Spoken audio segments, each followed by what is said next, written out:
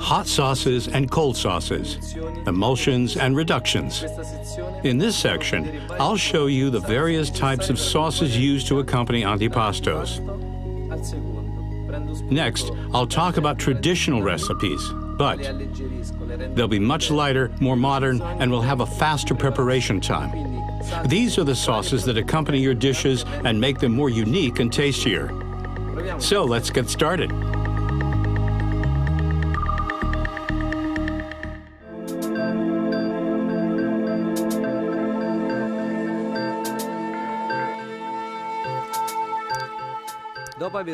After combining the room temperature eggs and the oil in a cylindrical container, we immerse a hand blender to the bottom and mix, leaving it still.